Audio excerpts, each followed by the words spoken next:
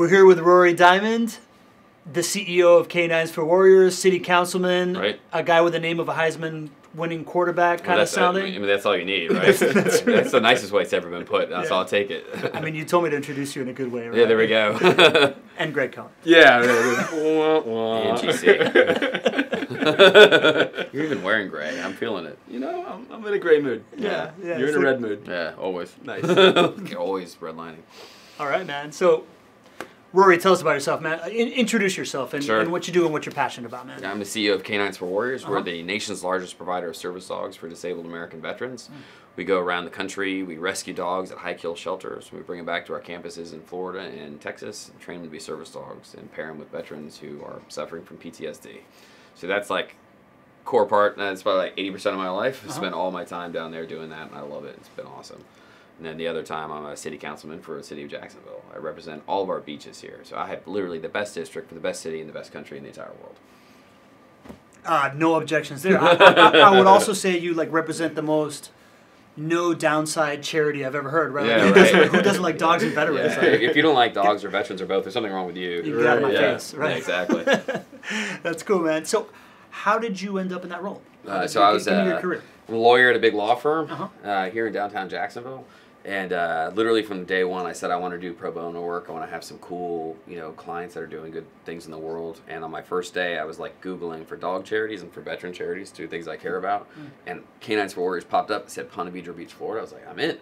So I emailed info@caninesforwarriors.org. I said, hey, I work at a big law firm. If you guys need any help from a big law firm, let me know. And within a half second, it was yes, God bless you. And so I was the lawyer for Canines for Warriors almost since it started. Yeah. And then kind of kept them on the rails in the first 2 or 3 years. And then they made me partner at my law firm. They come down, give you the fancy dinner at Ruth's Chris, the whole deal. And the next morning I said, I'm going to do something else. It's this is great. My ego is checked, but I don't need 2 families, alcoholism, and all those other problems that partners at law firms have. So I was like, I want to do something better with my life. And they asked if I'd come run Canines for Warriors about 5 years ago. So that's what I do. Awesome, man. Yeah. Awesome. I want to highlight the fact I talk a lot about networking and getting involved with nonprofits in order to network. And people are always like, how do I get involved in a nonprofit? Nonprofits are dying for your help. Call them, shoot an email, right? Absolutely. You could be the CEO. Yeah. Right? Yeah, look, it's probably a good measure. If you reach out to a nonprofit and they don't get back to you, that's not a very good nonprofit. Don't bother with them. There's one here in Jacksonville. I pinged a bunch. I said, hey, I'd love to help you. They never respond. I said, all right, well, clearly you don't need me.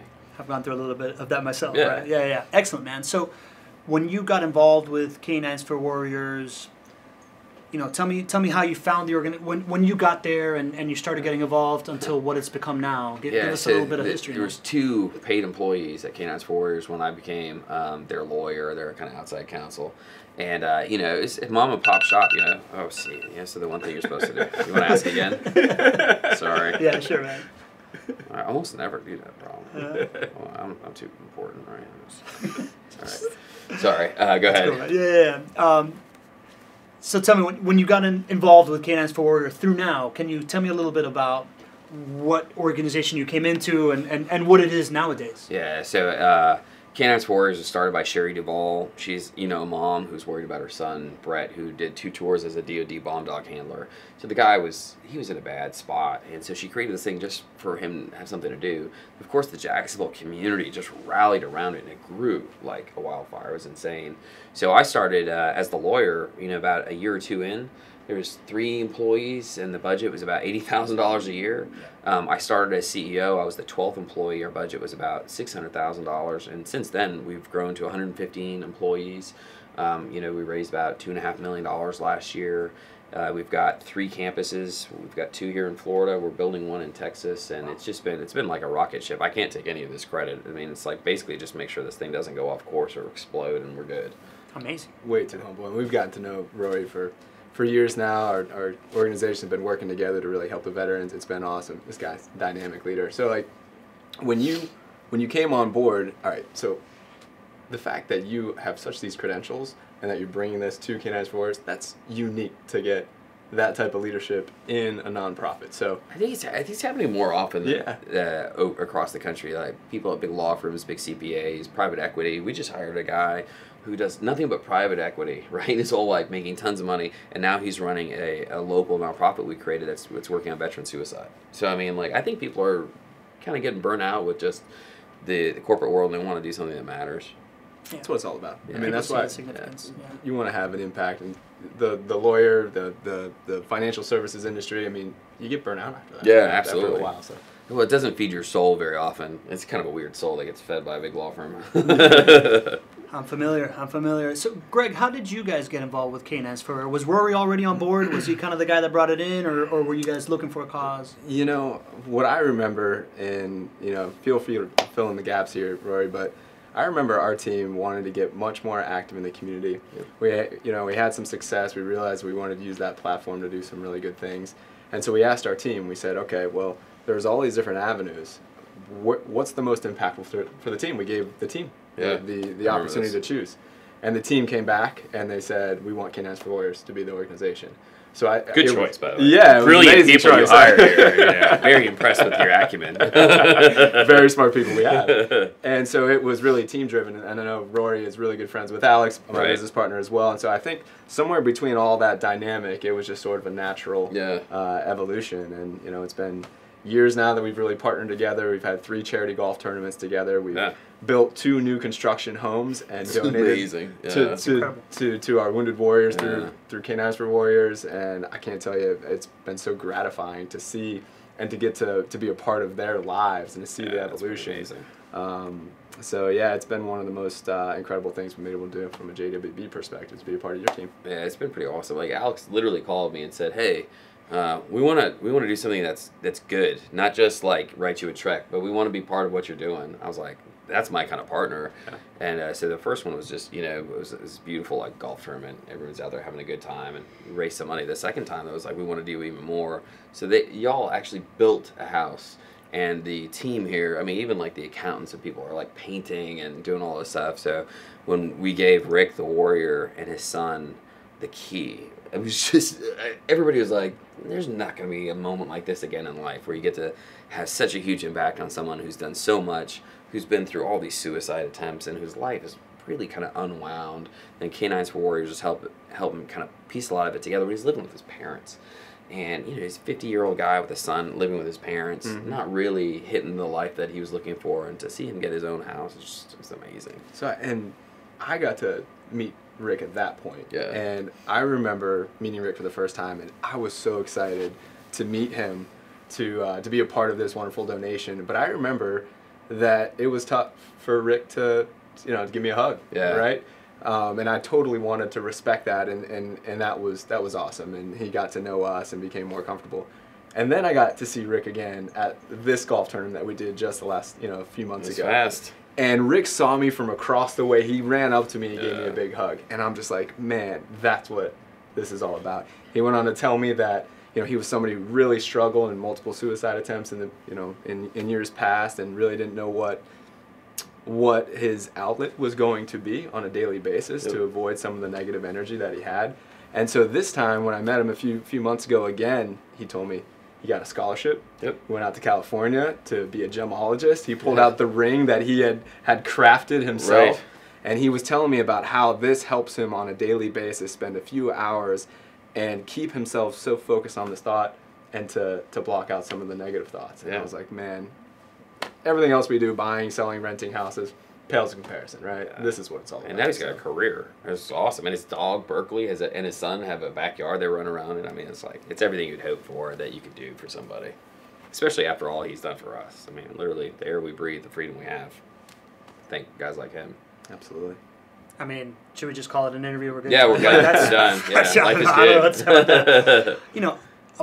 Apart from 2 houses that bringing in JWB to do this, right? Like, what are the other significant accomplishments that K9s for Warriors has? What milestones have they reached? What kind of like other significant things can we call to that you're really proud of these days? I mean, so there's a bunch of stuff we're doing. So K9s for Warriors, we're the nation's largest doing what we do. Training dogs for veterans with PTSD. But there's probably about 80,000 veterans out there who need a service dog. Yeah. And so we knew there's no way we could do all the work, even though we're expanding. So we created an association of service dog providers for military veterans.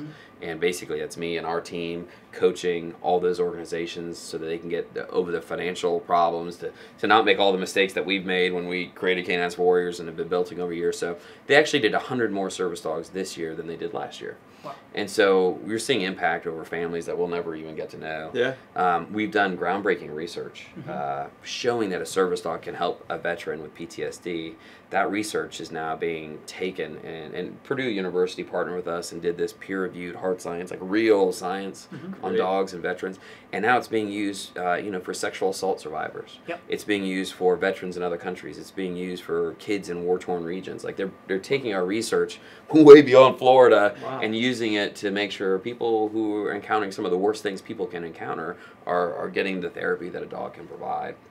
That's cool. And now the most recent thing we're doing is we're trying to help everybody who's disabled that has a service dog get on planes, get into hotels, get into amusement parks without any problem. So we created this thing called Service Dog Pass, which is a partnership with Canines for Warriors, the American Kennel Club, 3 major airlines, 33 service dog agencies, hotels, Uber, Lyft, these types of groups, Disney, and what it will do is at the end of the day, a veteran can get into a cab, get on a plane, fly somewhere, get in an Uber or rental car, go to a hotel, and then go to Disney World, and no one's ever going to ask him or her about their service dog.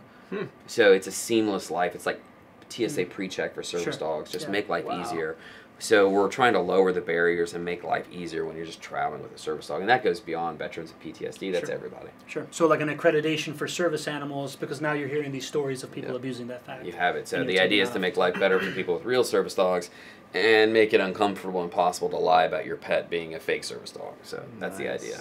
That's amazing, man. That's amazing. And I could talk about dogs and what you're doing all day. I want to talk a little bit about your role as a councilman, right? Sure. Like what are your milestones? Like what Jackass are you? politicians. Who doesn't want to hear about that? Yeah, no. The local politician to me is the person that most affects the constituents' lives, I think right? that's right. And the We're least close that we to it. pay attention to it. You are the person that suffers from the same pothole on Main Street as I do. And the pothole doesn't care what part of you're in, doesn't care about your personal life, doesn't care about anything. Just is the pothole been fixed or not? Is the trash being picked up? So I get to represent this great neighborhood, the beaches here in Jacksonville, which is kind of its own community. We both live there. Yeah, man. It's a little bubble. We live just like houses away from each other. Cool. It's a little bubble, and but it's an incredible community, and people feel comfortable texting me, calling me, and we respond to everything really fast, and it's nice to be part of that. This morning I went and took all the 3 beaches mayors that we have got one community, 3 cities, and we all went and saw this like rape survivors house they have here in Jacksonville, where they're trying to do clinical stuff and all these things to stop sexual assault, and we're all going to partner together in our little community to stop stuff like that. So we'll actually have an impact. You can solve problems in this position, which I think is cool.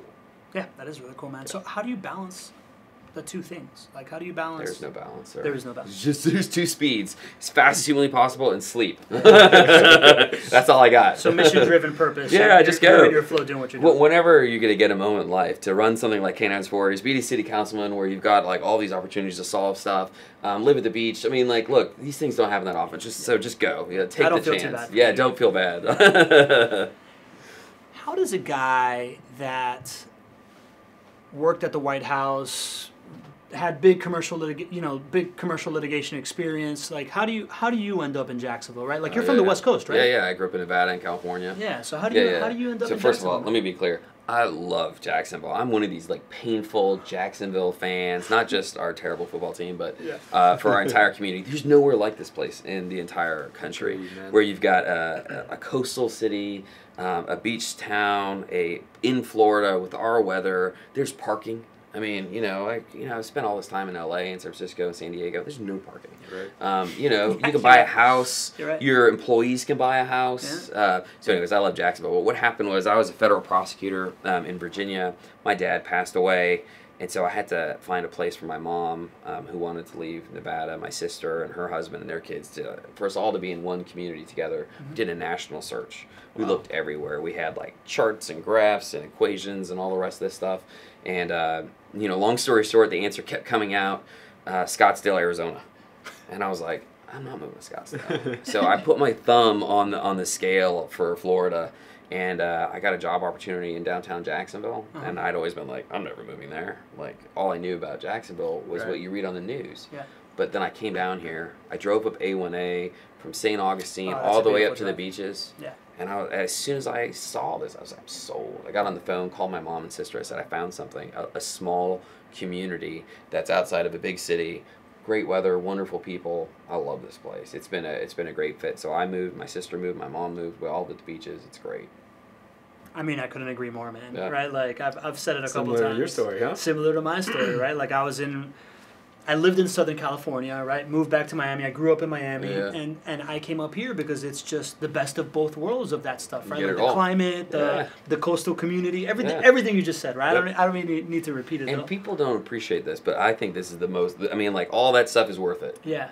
But the people of Jacksonville are really nice. They are. You know, if you're in California, it's what I call a backyard community. You invite your friends only from around wherever, and they come and hang out in your backyard. Yeah. Jacksonville is a front yard community. All your neighbors are your friends. The people down the street, it's a place where you do stuff in your front yard, which I think is awesome. Yeah, and you're the first person to bring up parking because you come from big cities, right? Like, it's terrible. Man, my housing too. Like, you buy a house. Yeah.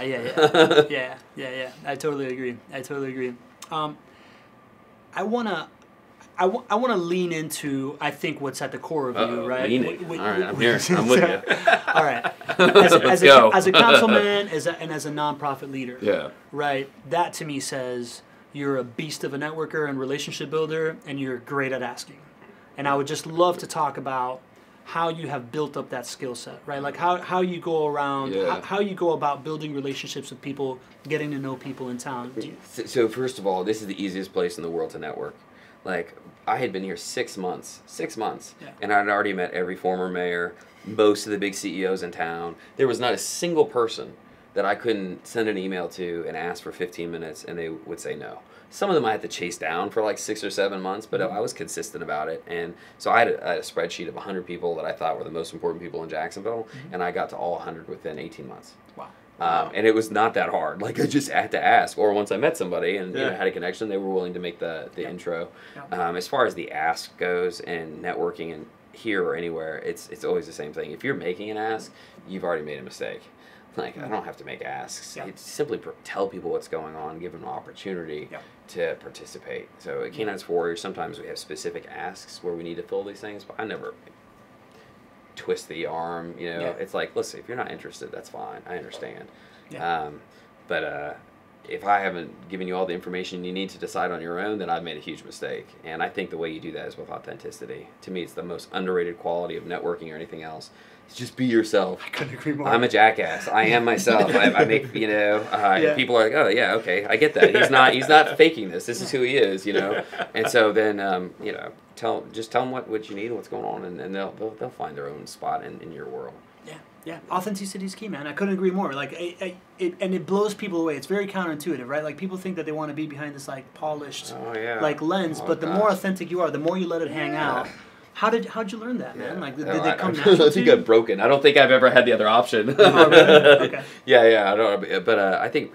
Well, no. I mean, trial and error too, right? Sure. Have you ever tried to like be someone you're not? It's all just the time. It never fits, right? And people just smell it off you. Absolutely. And so I train our people at Canines for Warriors all the time. I'm like, listen, if the worst thing that happens is you tried really hard, you were yourself, and we didn't succeed at something, that's okay.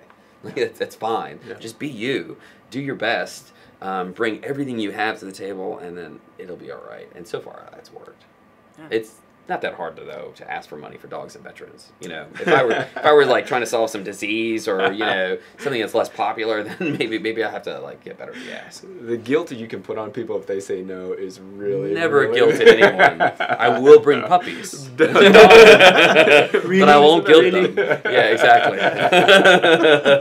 Well, what about for city council, man? You got to fundraise and you got to do stuff like that. That's not an easy ask at all. Yeah, so I mean, like, typically you get 30 minutes or an hour, and so I usually spend the first 20 minutes just kind of like bio, here's who I am, here's what I believe in.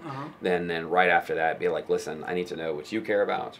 right? I usually, try to ask as many questions of whoever I'm talking to as I can. Yeah. To me, asking questions is powerful. I think it's been proven. If you ask 10 questions about somebody, they can't help but like you a little bit. Yeah, right. And then typically either the person is so used to being asked that they'll get to it for you and just say, all right, how can I help you? Just ask, right? The way you make an ask is ask. And the second one is to be like, listen, I need your help.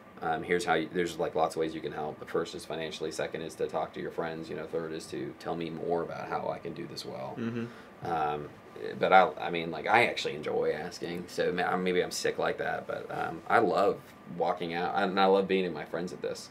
If somebody's walked in and got $1,000, if I can walk out with $5, I'm thrilled. I'm competitive, I guess. So I think it's really cool for people to understand how to win an election to become a city councilman. So what in the way that you want it, what was maybe the single greatest point that you could share with somebody about how to do it? Well, most of the time I think you won or lost your election before you file. Everyone thinks about all these things, but you have to prepare. Know your mission, know your message, know how you're going to do it, know your organization, know your financial structure, know all that stuff well before you file. Most people are just get an idea, file, and then decide they're going to think about it, how they're going to do all this. That's terrible strategy. I'm a big fan of getting way ahead of it and thinking it through. And then, I hate to say it, but do all your financial work first. Raise all the money. Okay. The message time is only 6 weeks. Really? You don't have a huge window to buy a message. Gotcha. Knocking on doors and all that stuff is different. But for the actual paid media, you only have about a 6-week window. So do all the financial work, knock on doors, and then worry about your 6-week window to go and pay for the message to get out there. I love knocking on doors, though. I ran for Neptune Beach City Council, city of 7,000 people. I knocked on every door at least 3 times. Really? I talked to 2,300 people at their door. Sounds like super fun for I you. loved every bit of it. Well, I have to admit, though, the first couple of Saturdays I was walking, I was not very good. I actually would pound a beer at 9 a.m. to take the edge off. I don't drink anymore. Maybe you know why. But now, I'm sober. At first I wasn't very good at it, but then something clicked and I realized that almost nobody really minds that much if you show up at your door. So out of 2,300 people who I talked with at the door, maybe 2 or 3 were jerks. That's an incredible ratio for life. You know what I mean? Typically you'll find a jerk on accident. Yeah. Here I was looking for him and I couldn't find him. So again, a testament to our community, all these nice people. But and then there's literally every single door you had something to learn. You want to know what's going on, knock on all the doors in your street and ask your neighbors, and you'll find out what's going on. That's pretty awesome. Yeah, I love knocking. I have no idea what it takes to really win a city council election. So how much money do you roughly do you feel like you need to raise to put yourself in the position to here in Jacksonville? win? It depends on what part of the city you're in, but I think that minimum $50,000. Yeah. Winning campaigns are now at $150 to $200, and then knock it out of the park. District elections, right? So this is roughly 50,000 people. I think you're at the 250 mark. If you're going to run citywide, I think it kind of starts at the 200 mark and goes up. If you're going to run for bigger office, obviously it's more. But it seems like a lot of money, $100,000, but we raised it in 6 weeks. With friends like you, right? And Alex Bacchus, one of your partners who has got a great network. He was willing to ask all of his friends, and it happens quickly if you're. Oh yeah, I got the text message listen, we're voting for Rory. Yeah, we're doing that. We're doing this. Yeah. Well, and it's so much more powerful than me coming to ask you for money. You're like, I don't know who you are. But Alex says, he's a good dude. The good dude thing is strong. The warm do this thing is good very dude helpful. Is so much better than great candidate. If you tell me you're a good dude, oh yeah, it's so much absolutely. better. Oh, he's going to be a great candidate. No. Yeah, exactly. I agree with that 100%. So where do you see the beaches area in Jacksonville? Where do you see them in 10 years? Right, what is right now? I can tell you what they want. They want their own city and own county, and we'll just get rid of the bridges. No, I'm kidding. No, so what the beaches are kind of turning over. It's interesting, for a very long time it was the same families and one high school, and it was very kind of an insular community, and those barriers are coming down very fast. I didn't grow up at the beaches, and it was unheard of for someone to get elected who didn't go to the high school out there and who didn't grow up there. So a lot like other places, especially in the South, new people are coming in. Lots of people in Atlantic Beach and South Jacks Beach. From other places. They come and they look at Jacksonville, and then they find this, and they're like, why would I live anywhere else? Yeah. Bingo. Right? And so my neighborhood, for example, the street, almost no one grew up at the beaches or even in Jacksonville. And so it's unique in that it's drawing a lot of out-of-towners, for better or for worse. But they all seem to come and kind of like imbibe the local culture, which is, this is something we want to protect. This is something good. I'll give you the best example I can give you. The intercoastal is considered the ditch. Yeah. People don't like to cross the ditch. You know, we live on an island. My mom and sister move. And 6 months after they moved, I say, hey, you know, let's do something downtown. And I explained what it was. And they're like, no, we don't cross the ditch. And I was like, okay, 6 months. That's how long it takes to go from being a stranger to a place to adopting our culture. You know, that we don't leave this place. I love our community. It's unbelievable how nice the people are. You know, when you paint the picture of a community with a lot of potential and low entry barriers to influence for everybody and to access, it can be scary unless you have good leaders around, right? Then you're like, okay, if you have good leadership, then low entry barriers of influence is great, because then you get all the best ideas. So you're painting a beautiful picture, and I love it. Yeah, I mean, good leadership is important everywhere. I think for a place like Jacksonville, it's really important because we haven't finished our story.